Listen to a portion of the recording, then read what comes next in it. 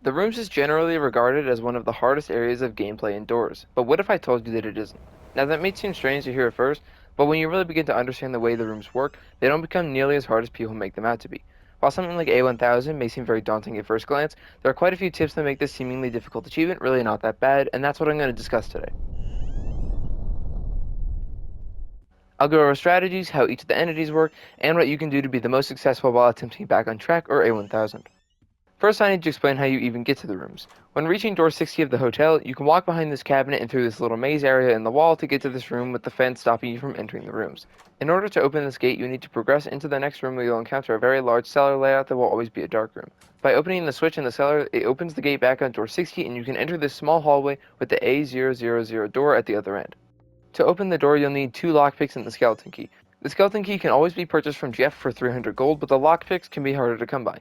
Sometimes Jeff will be selling 1 lockpick for 100 gold, but my recommendation is if you're planning to go to the rooms, buy a pair of 2 lockpicks in the pre-run shop. In my experience, it's almost always better to buy the lockpicks in the pre-run shop than trying to find them naturally throughout your run. Although not necessary, a flashlight is highly recommended for the rooms, and again, you can buy one from the pre-run shop, get lucky enough to find one or have Jeff sell you one for 200 gold, or rich one to grab before you begin. The further you progress in the rooms, the darker the environment gets, which is why a flashlight is recommended for longer runs like A1000, where after going through 110 to 150 doors, the map will be completely dark. After making it to door 60 and opening the gate, use the lockpicks to open the 2 padlocks and the skeleton key to open the skull seal on the door. After you do this, hold down your interact button to enter the rooms. You'll then see an intermission screen where you'll receive any knobs you've gained so far. Note that if you have any modifiers currently enabled, the room's entrance will be blocked by a red force field and you won't be able to enter it. This also includes the admin panel. After the intermission passes, a cutscene will play where you'll enter through the room's entrance and be placed into the room's lobby. Inside the lobby, there isn't much of note aside from a small machine containing the shake light or gummy light, only costing 10 gold. The shake light is the only item you can retrieve inside the rooms with the exception of bandages, batteries, glitch fragments, and the barrel of starlight, which will always spawn at A1000. The shake light has 10.5 seconds of usage where it'll display a weak green beam of light that fades out completely over the course of the 10.5 seconds. Interacting will shake it and refill 1.5 seconds of fuel per shake and cause the shake light to, well, shake, which points the beam away from its usual spot that it rests at, making it harder to see. It also creates a loud audio cue that can prevent you from hearing other noises, which is very important to the rooms and is something we'll get to later with the entities and specific audio cues that are necessary for survival. Since you can continually recharge it with no need for batteries, the shake light, as I'm sure you guessed, is infinitely rechargeable. By entering the rooms, you'll also be granted the achievement Detour, which will unlock the back door entrance in the lobby. The rooms has fairly similar mechanics to the hotel and the mines, but made simpler. The first big thing you'll notice is that the rooms is a lot quieter than the hotel, an intentional game design feature to help you hear audio-based entities more clearly. The rooms also get progressively darker as I mentioned, getting to be nearly completely pitch black past door A50, which is the same reason I recommend bringing a flashlight or at least buying the shake light before starting. They do contain a fog effect similar to the bad ventilation modifier, which does make it slightly easier to see in the dark.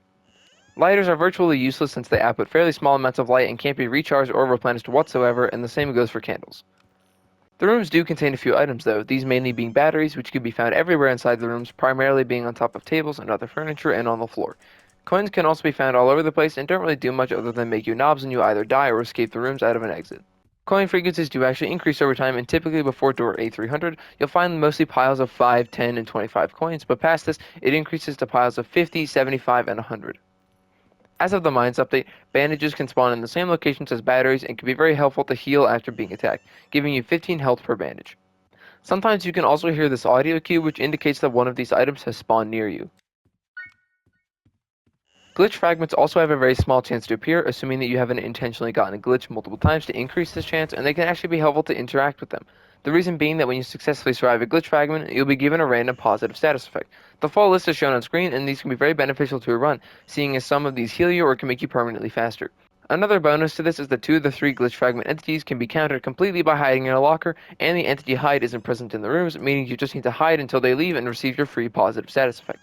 For when the entity is the glitched version of Screech, just quickly deflect all of their attacks until he leaves. Also keep in mind that the crucifix can't be used at all in the rooms. While the rooms entities can be crucified using the room for more modifier outside of the rooms, they cannot be crucified at all inside the rooms. Inside the rooms there are also exit rooms that can spawn. These exits begin spawning after door A200, and you'll usually encounter your first exit between A200 and A275.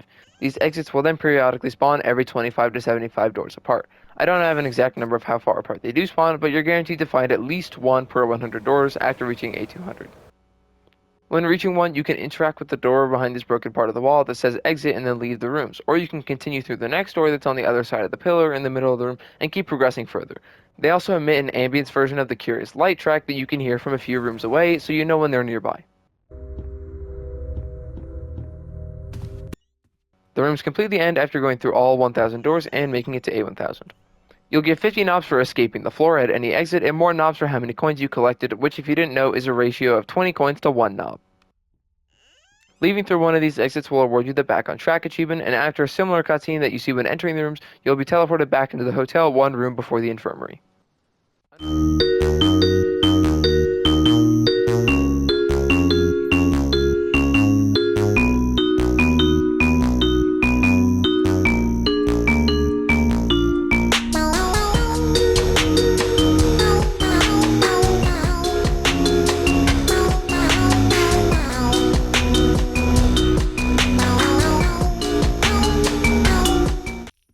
Now I'll cover each of the room's entities, of which there are 3, all named by the corresponding door they begin attacking from: A60, A90, and A120.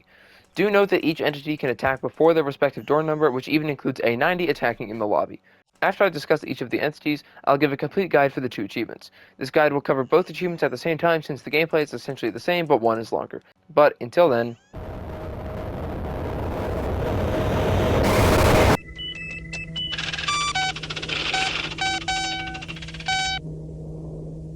A60 is likely the first entity you'll encounter after beginning a rooms run. Typically spawning after door A60, A60 works very similarly to Rush. When opening a door, there is a random chance for A60 to spawn, and when he does, he'll come charging through all of the previous rooms from behind the player. Just like Rush, you must hide in a locker while he passes to avoid being killed. Unlike in the hotel, however, there are no lights that can flicker, meaning you have to listen for a faint static, crackling noise that will get louder as A60 gets closer.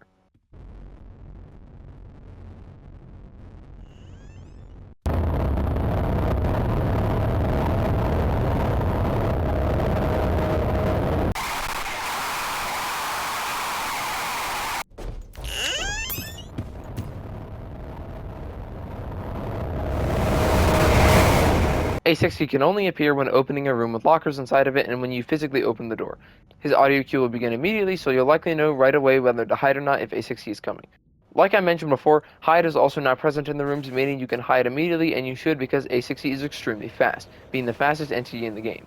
As of the Mines update, the rooms received a few changes, one of which being that A60 is much faster than he used to be, which is a problem when comboed with A90, but we'll get to that later. A60 also has a fake out audio cue that can play as an ambient sound effect that sounds like this.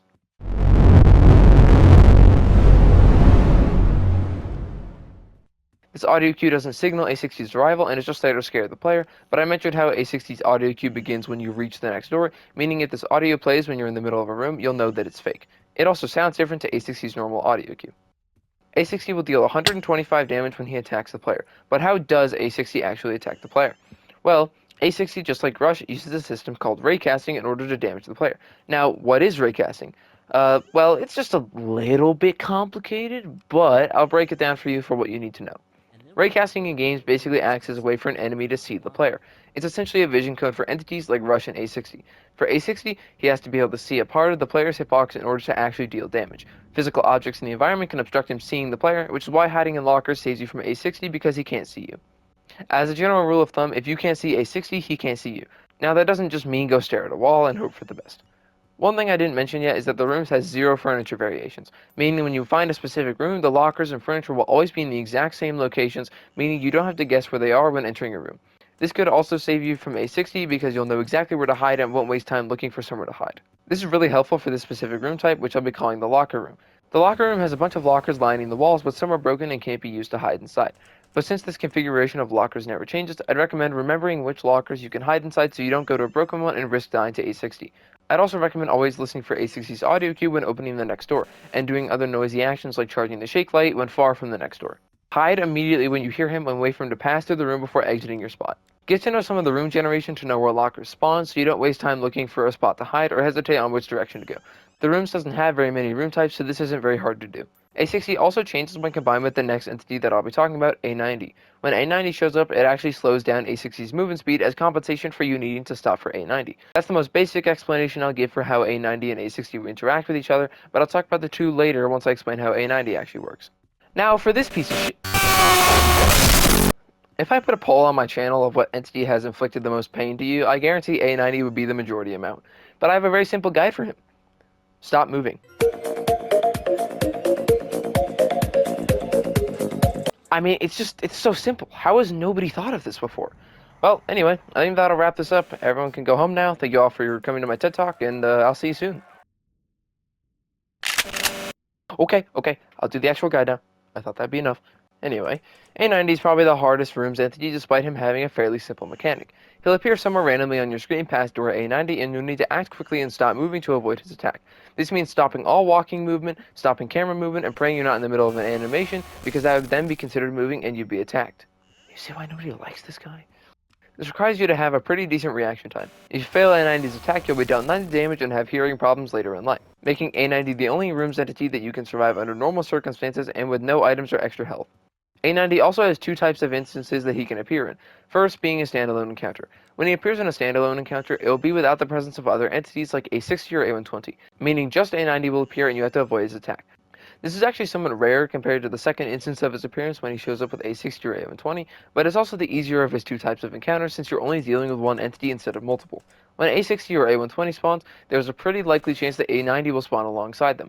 When he does, he slows down the respective entity that it's attacking, allowing you to still be able to hide before they reach you. This means you should always yield to A90 over anyone else. He also won't attack right away and will usually attack a few seconds after A60 or A120 spawn. While it is annoying to have to deal with multiple threats at once and to have the reaction time to stop for A90 and then immediately get into a locker after, it can help sometimes because when A90 appears, it can inadvertently tell you that either A60 or A120 is coming. One thing I do need to cover before the end of this segment is the comboing of A60 and A90 at the same time. I mentioned that when A90 appears at the same time as A60, it will slow down A60 so you can avoid A90's attack and still hide. And while that sentiment remains true, and you should always yield to A90, there is one problem with it. Because of A60's buff speed that he got after the Mines update, sometimes it can lead to a situation where you're destined to fail. You wait for A90 and still can't hide fast enough to avoid A60, or you're forced to tank a hit from A90 to save yourself from A60.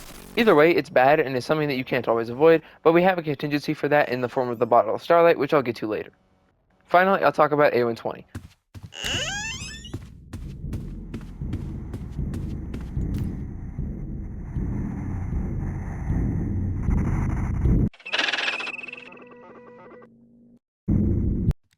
When opening a door, A120 will have a random chance to spawn and it will begin attacking from in front of you.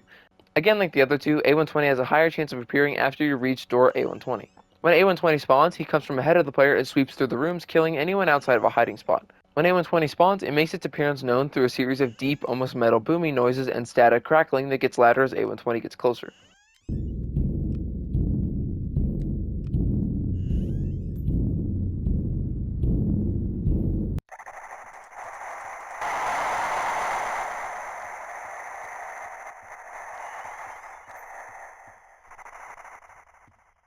Unlike A60 though, A120 doesn't use raycasting to attack the player, or at least not in the same way. A60 has a set path he takes through the rooms from behind the player, killing anyone that his raycasting hitbox touches. A120 on the other hand goes directly to the position of the player and if they aren't hiding, will pull the player toward them and instantly kill them, meaning that you can't in plain sight A120. Or can you? No, no, stop. I'll talk about it later, but just no.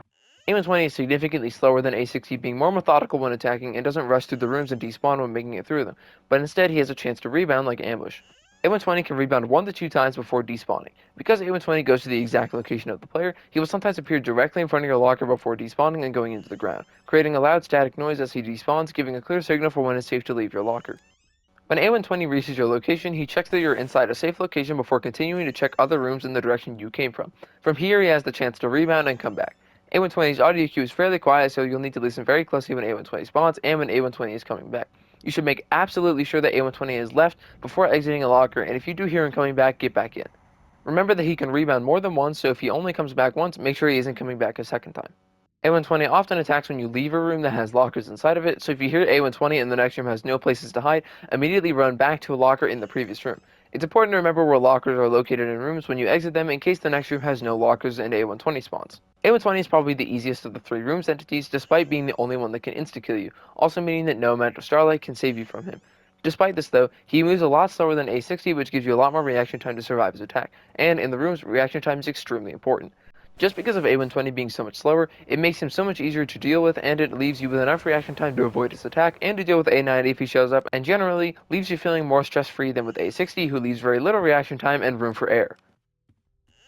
So now we have all of the elements of how the rooms work and how each of the entities work, but we still have 2 achievements left to get. This guide will cover both of the achievements at the same time, since the strategies are more or less the same, but one of them is a quarter of the length of the other.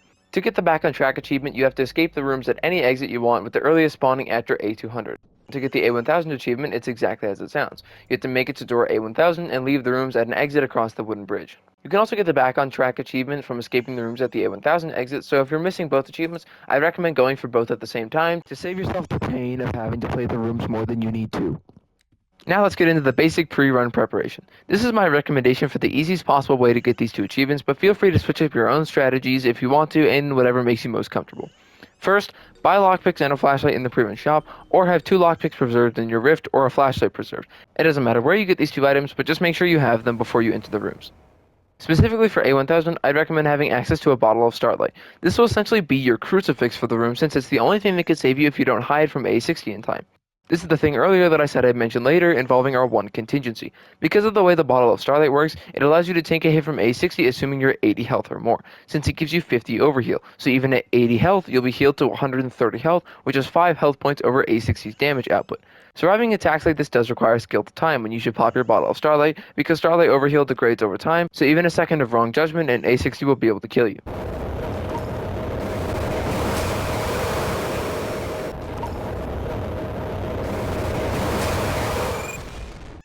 80 health is the absolute minimum amount you can have to still survive, but the more health you have, the more reaction time you have for when to pop your Starlight. Keep in mind that this is just a precaution for you if you're put into a bad situation by the comboing of A60 and A90, or just if A60 is attacking in general and you can't make it to a hiding spot. You can only get a bottle of Starlight from the back door for 100 gold when reaching the end, and when you leave the back door, you will enter the hotel. So what I'd recommend doing is beating the back door before you attempt a rooms run. But when you exit the back door, you don't have a pre-run shop. So how would we get our lockpicks and flashlight? Well, by having the 2 rifts in the lobby, we can start a run in the hotel, purchase our 2 items, store them in the 2 rifts, then leave the run, and start a new one from the back door, get our bottle of Starlight, enter the lobby, and then you'll have your items rifted and you can take them out before you start. If you don't have any of the rifts in the lobby and don't know how to get them, let me give you a quick rift guide. First, you'll need to get all the way to door 100 and put any item into the rift, and then the blue rift will show up in the lobby. Then you need to get the bottle of Starlight, again from beating the back door, and use it on the rift by trying to put it inside the rift. It will then create a new yellow rift. Now you can do what I mentioned earlier, where you buy your items and put them in the rifts. Always make sure to put an item in the yellow rift first, or to be swapping an item inside the blue rift. As long as an item is in one of the rifts, they won't disappear. But never put an item in the yellow rift unless you intend on staving it, because unlike the blue rift, you can't swap items through it without it disappearing. With the blue rift, never take an item out of it and not swap it with anything if you don't want it to disappear. Now that we're done with that, make your way through the hotel as normal, but make absolutely sure that you have at least 300 gold once you reach Jeff's shop so you can purchase the skeleton key to unlock the room's entrance.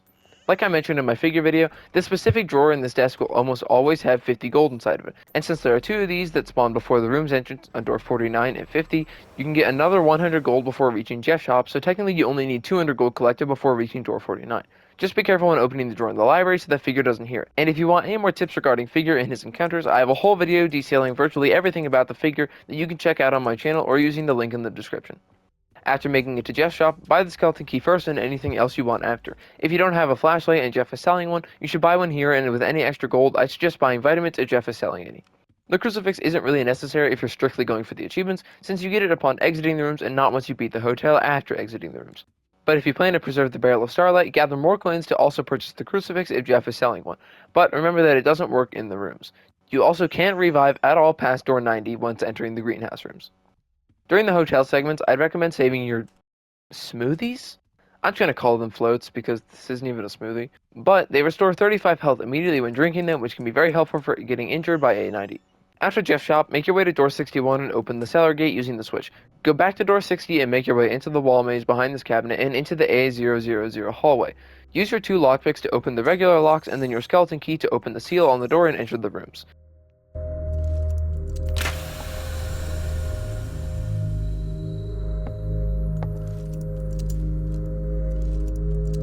Once you enter the rooms, you can buy the shake light as an extra light source in case your flashlight runs out of battery. The rooms does have a pretty plentiful amount of batteries, but it never hurts to have an extra light source. It also costs 10 gold.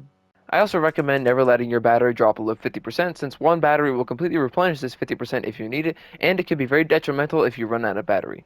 Now, begin your run and prepare yourself for the mental torture that is hearing this god-awful sound effect for the next 200 to 1000 doors. While we wait for interesting stuff to happen, I'm going to explain my suggested strategies for the room, starting out with a few personal suggestions for when I do a run like this.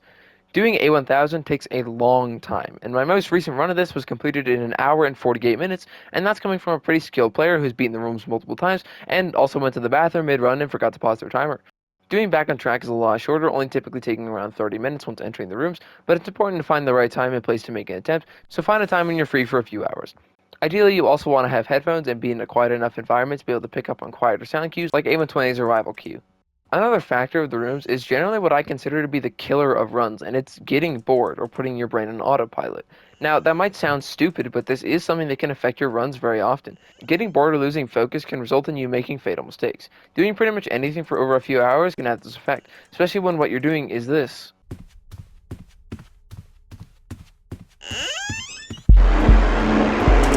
I'd recommend putting on very quiet music or finding a way to entertain yourself while not getting too distracted.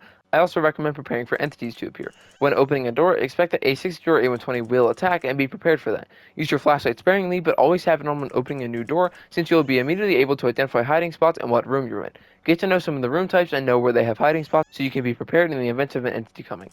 Another thing I also like to do is realize how much progress you still have left. This is a great thing to do during the first 60 doors of the run, where you'll most likely not have any entities attacking and can also see. Also remember that the majority of the time, A90 appears with another entity, so when A60 or A120 are coming, expect A90 to show up as well.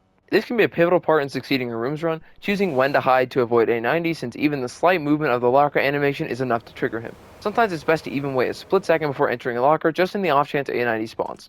I don't always recommend doing this though, and sometimes it is just best to hide immediately since it is better to take a hit from A90 than die to A60. Some of these encounters really do just have to be played by feel and also purely by reaction. Be extremely prepared right before entering a locker and have the best reaction time you can in case of A90 attacking.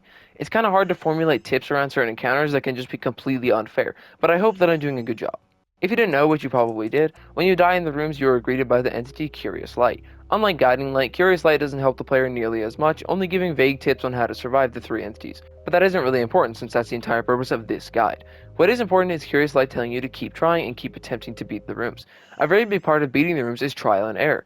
Chances are you probably won't beat the rooms on your first attempt, so keep trying. Remember times where you died and try to find the reason why you did so that it doesn't happen again in the future. You can also take as many breaks as you want while in the rooms. Because there is no hide or entity that will kill you if you're in the same room for too long, you can just stop in the middle of a room or hide in a locker for up to 20 minutes. This is because after 20 minutes, Roblox will kick you for being AFK for too long, so feel free to take a breather when you need it. I know I'm a Doors content creator, but I gotta stop with these jokes eventually.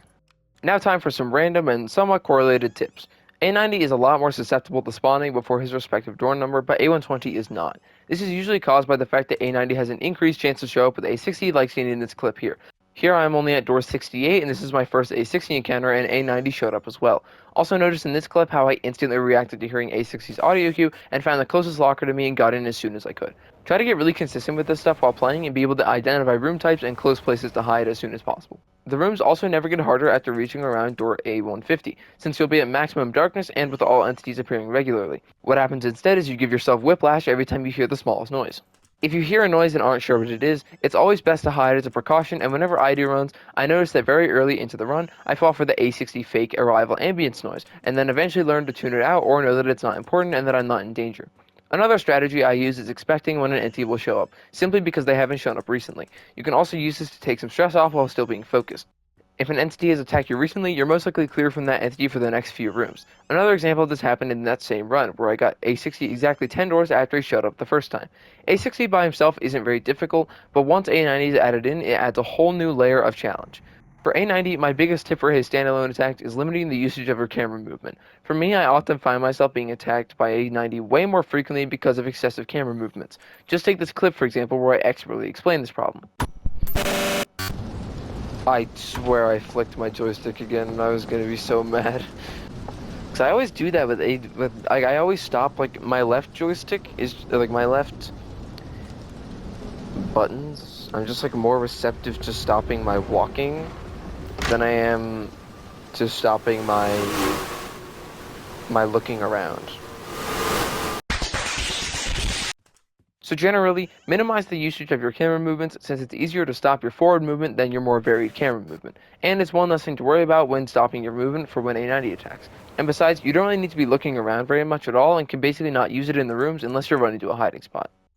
Similar to this, when in lockers, A90 can still attack, so whenever you enter a locker, just completely take your hands off of your mouse or joystick or whatever you're using. That way, if he does attack, there's quite literally no way you can get hit by him. This can also be nice so that you don't accidentally tap like W or something and get out right when A60 is passing through. Another tip that I used the first time I beat the rooms was pretending that I was one hit away from death at all times, even though I never got injured the whole run. This will keep you very on edge and more prepared for A90 to attack, and in general, it might make you feel more stressed, but pretending like you're never safe can really improve your reactions, which could save you in the long run. If you're attacked by A90, bandages will spawn somewhat frequently in the same locations as batteries, and 6 bandages will heal you back to full health. Sometimes there are just completely unavoidable situations where you can't do anything and A90 will attack, but when this does happen, it's still very possible to recover from it. To give yourself the best possible chance of succeeding in a rooms run, try to never get damaged by A90 in a situation where you can avoid it, so that when an unavoidable situation inevitably rolls around, you have a higher chance of recovering the run. A90 can also appear twice in very quick succession. This happens because A90 has a standalone encounter and then immediately after, you get A60 or A120 which ends up simultaneously triggering A90, leading to 2 A90 attacks within only a few seconds. Now I'm going to talk about a few select rooms that can be problematic or actually provide benefits. Generally speaking, there's a few rooms that have lockers only a few steps from the door or even directly next to the door. This can be helpful for ensuring that you hide as soon as possible and completely bypass the chance A90 has to attack you, being a few seconds after opening the next door. So whenever you're about to open the next door and there's a locker really close to the door, I'd recommend immediately jumping in as you open the door just in case something is coming. We already discussed the locker room and how there are broken lockers that you can't hide in, so I'll skip this one. But the next room I'll talk about is probably one of the most dangerous rooms in the rooms, the triple locker room. Now, at first glance, it doesn't seem like a weird room or one that would be problematic, but it can be. The reason being that every single locker spawns on the complete opposite side of this somewhat long room. This means that when A60 attacks, you need to get over to the opposite side of the room extremely quickly, and if A90 attacks at the same time, you can often have no choice but to get hit by A90 if you want to survive A60. Now, you might be thinking that you'll be fine since A90 will slow down A60, but because of how long it takes to reach the other side of the room, by the time that A60 gets slowed down, he's already really close to you. So just be aware whenever you see this room that the chances of A90 attacking with A60 is very high. This room does provide the benefit, however, of having nearby lockers for opening the next door, but around the side of this wall. The reason A120 isn't being mentioned for most of these room types is because A120 is slow enough that as long as you instantly recognize its audio cue, you have enough time to hide and are less likely to get unfairly attacked by A90, but it can still happen. As you leave a room, remember if it had hiding spots in it and where they were. This can be helpful for A120 since it comes from in front of you, so if you run backwards to a locker, you give yourself more time to hide before A120 reaches you. I mentioned this earlier, but it becomes especially important in the next room I'll talk about, the metal catwalk room. This room has 2 lockers at the top of the stairs on each side and underneath the catwalk in the middle of the room. The reason why this room can be problematic is that when leaving it, there's a chance A120 will spawn and you have to backtrack all the way across the catwalk and into one of the lockers on the left or right. This gives you very little time to hide before A120 reaches you, and is the main reason why I recommend bringing vitamins to cover a large distance like this when an entity is coming. When finding one of these rooms, expect to need to turn around if A120 approaches, but if A60 is coming, always move forward. This goes for pretty much every room in the rooms. If A120 is approaching and there aren't any lockers in the next room, backtrack. If A60 is coming, always move into the next room unless a locker is directly next to the door you just came through. Although when you find an exit room, it can be a very different situation. For whatever reason, A60 and A120 can both show up when opening the door to an exit room, even though the room has 0 lockers inside of it. This is really bad in most situations, but there is one counter to it. Well, there's technically more than one, but let's focus on the one for now. By going behind the cracked part of the wall on the left side, A60 will pass through and you can survive. For A120, you can do the same, but it's slightly more complicated. You have to hide in the same spot for A120 as A60, but if A120 rebounds, you have to switch sides and hide on the other side of the broken wall. If you don't know exactly what I mean, here's a visualization of the room, but the 2 locations you need to change between. And the footage here also shows exactly how this works.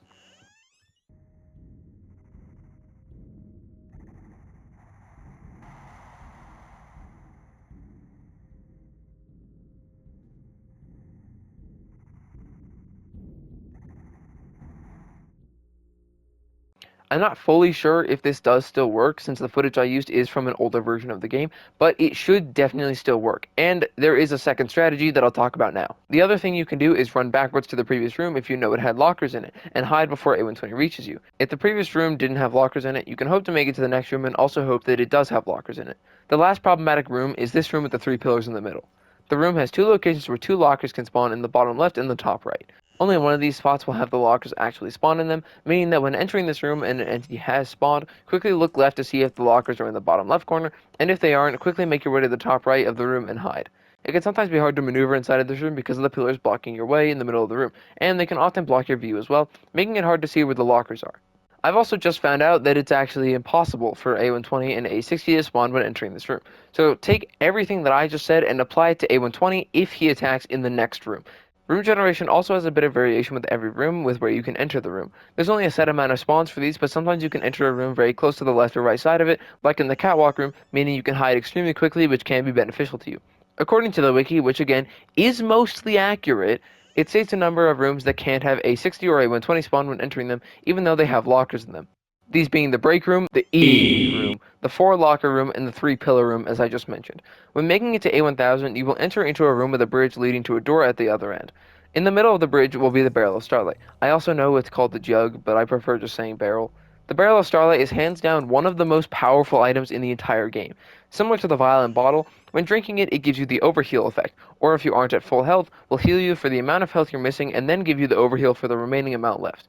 The barrel also gives you 100 overheal when you drink it and has 4 usages before the item disappears, meaning you can have 400 stored health with you and that health can be used to take a hit from every non-insta-kill entity. You can't take this all at once, however, and there is a pretty lengthy cooldown before you can take another drink. The barrel also gives you a 120-second speed boost that decays over time and also causes you to glow for that same duration. The overheal works similarly, decaying at a rate of 0.83 overheal every second. And the best part is, you can duplicate it. Well, sort of. You can duplicate as many as you want while in the rooms, but you can't duplicate it outside of the rooms unless you find a glitch fragment, and can only hold one at a time. Now, this barrel duplication thing might not seem very important, and you'd be right, but just as an extra precaution, when reaching A1000, I recommend taking a barrel and instantly drinking it.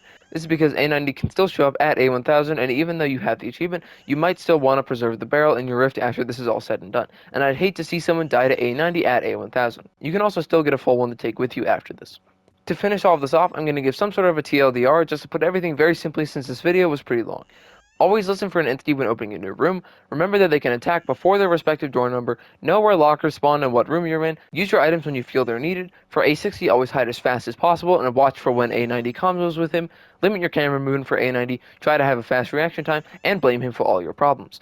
Listen closely for when A120 shows up and make sure you're safe before exiting your hiding spot. And remember that his audio cue can get very, very quiet without him despawning, so make sure he's fully left. He can also despawn in front of your locker, giving you a clear sign that you're okay to leave. Overheal can save you from A60 and help with A90, but it doesn't work for A120. The rooms get progressively darker, so use your flashlight at opportune times, and expect things that can go wrong to go wrong, but be prepared for it.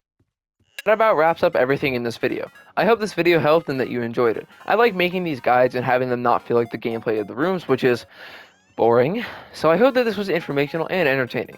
This is kind of doubling as my 2,000 subscriber special, so thank you all so much for getting me here and all of the recent support on my videos. My last video did way better than I expected, and as me recording this is about to hit 50,000 views, so I really appreciate it. I hope you have a good rest of your day, and I'll see you soon.